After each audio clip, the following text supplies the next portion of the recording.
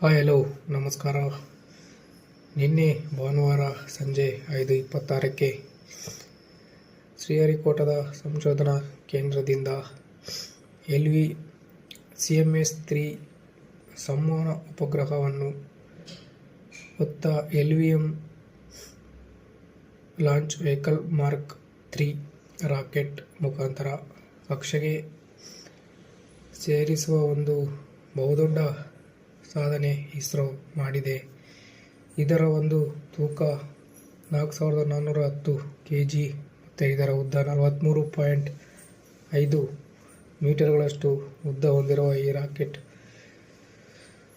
15 ವರ್ಷಗಳ ಒಂದು ಕಾರ್ಯ ಸಾಧನೆಯಿಂದ ಈ ಒಂದು ರಾಕೆಟನ್ನು ತಯಾರಿಸಲಾಗಿತ್ತು. ನಿನ್ನೆ ಭಾನುವಾರ ಸಂಜೆ 5:26ಕ್ಕೆ ಈ ಒಂದು ಉಪಗ್ರಹವನ್ನು ಉಡಾವಣೆ ಮಾಡುವುದರ ಮುಖಾಂತರ ಇಸ್ರೋ